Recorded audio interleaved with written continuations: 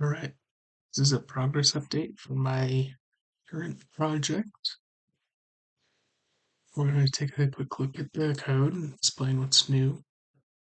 And if you're not looking at the back end, like a lot of the progress I made today wouldn't be very very apparent.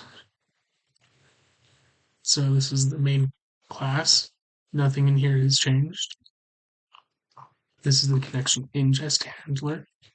This is where incoming requests go and where they get sent off to is this individual connection handler. And in here, what this thing does, it accepts a connection, and then it takes in the input, parses it all into uh, this hash map here, and then what it does is it will send that request over here to the access manager. The access manager is probably the biggest thing I've added today. And what this class does is um, it parses a request and compares it against uh, sort of like an allow list for files, and which can be accessed directly or may require internal reference to access. What this big block or this method does, it reads in my allow list or my configuration, where, for example, this is what I have right now. This first block of addresses or pages are allowed by default. These require an internal reference, and then this file, the file allow list, is not accessible. It's if you try and access it through HTTP, you're just going to get denied. And then here are a list of valid referrers. So all of that gets put into uh, these three key value stores, which are sort of like a source of truth when it resolves the request. Then when you request a page or a resource, it goes through this method, the resolve request. And what it does is it will take in your request and we'll see. Well, first it will check the request to make sure it's valid and it's a valid page that is contained within the files that I have right now, and it's in this control list. And if it's not, it will deny access. Or if you are requesting a page that requires internal reference, it will deny access. Then what it does is it returns like a string. It returns a string that is the path to the file that you've requested. If you're not allowed access, it returns a null pointer, or a null object rather. And the way that comes back here, this is a debugging thing. Just don't worry about that. It comes back here, and this is where the output gets parsed or instructed, where it will construct the response. So if it's accepted, it will send the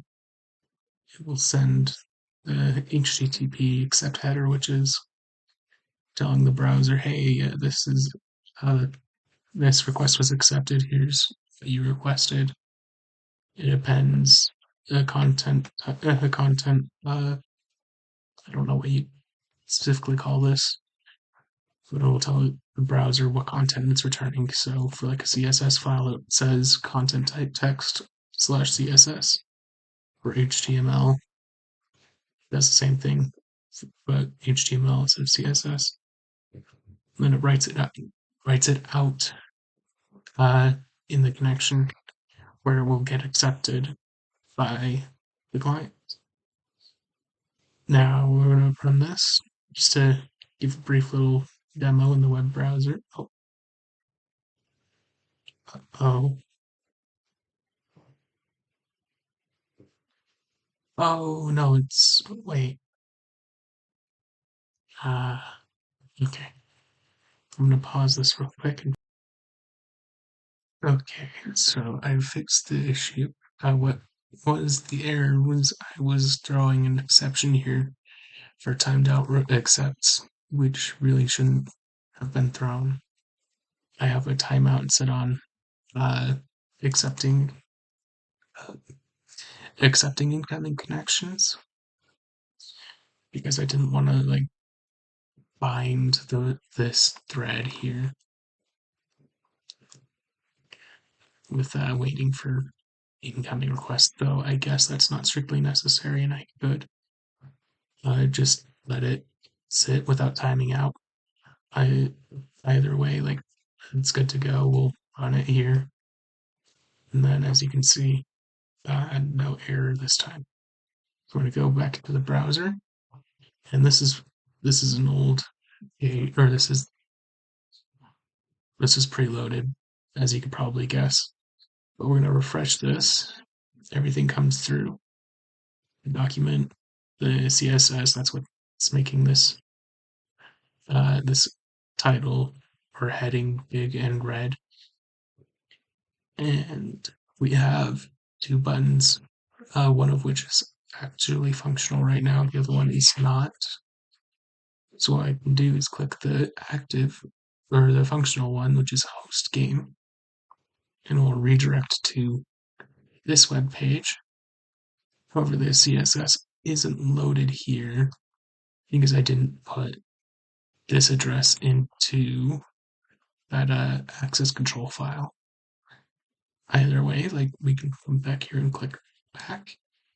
It will redirect us to a slightly different address, but one that is sort of like an alias for the first one we visited. Now that's this /home. That's something really cool I managed to figure out.